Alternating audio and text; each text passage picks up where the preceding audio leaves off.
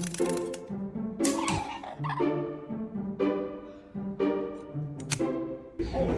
are still comments. For your own meeting, why do you take this picture? Oh!